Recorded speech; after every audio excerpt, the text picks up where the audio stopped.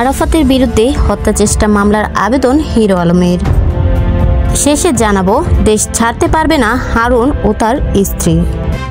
শুনছিলেন সংবাদ শিরোনাম, এখন বিস্তারিত। হত্যা চেষ্টার অভিযোগে সাবেক তথ্য ও সম্প্রচার প্রতিমন্ত্রী আরাফাত এ রহমানের বিরুদ্ধে মামলায় আবেদন করেছে কন্টেন্ট ক্রিয়েটর হিরো আলম। বুধবার ২৮ আগস্ট ঢাকার মেট্রোপলিটন ম্যাজিস্ট্রেট সাইফুর রহমানের আদালতে তিনি এ আবেদন করেছেন। আদালত তার জবানবন্দি গ্রহণ শেষে আদেশের জন্য অপেক্ষায় রেখেছেন।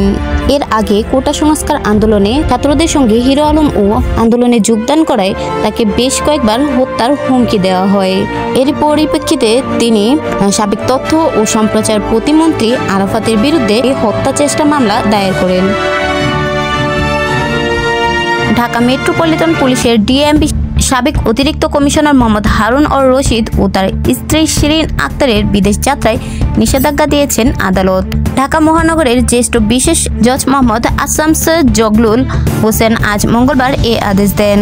দুদকের পাবলিক প্রসিকিউটর মাহমুদ হোসেন জাহাঙ্গীর এই তথ্য নিশ্চিত করেন। আজ দুর্নীতি দমন কমিশনের পক্ষ থেকে আবেদন করার পর আদালত এমন নির্দেশ দিয়েছেন বলে আদালত সংশ্লিষ্ট সূত্রে জানা গেছে।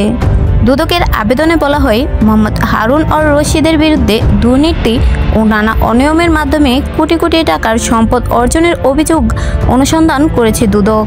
তিনি সপরিবার দেশ থেকে চেষ্টা করেছেন বলে দুদক জানতে পেরেছে। এর আগে কোটা সংস্কার আন্দোলনে তার বিভিন্ন কর্মকাণ্ডের জন্য তাকে ডিবি প্রধান পদ থেকে সরিয়ে দেওয়া হয়। এরপর ৫ আগস্ট সরকার পতনের সাথে সাথে সে দেশ ছেড়ে পালানোর জন্য অনেকবারই চেষ্টা করেছে। এজন্য তাকে এবং তার পরিবারের উপর দেশ ত্যাগের নিষেধাজ্ঞা করা হয়।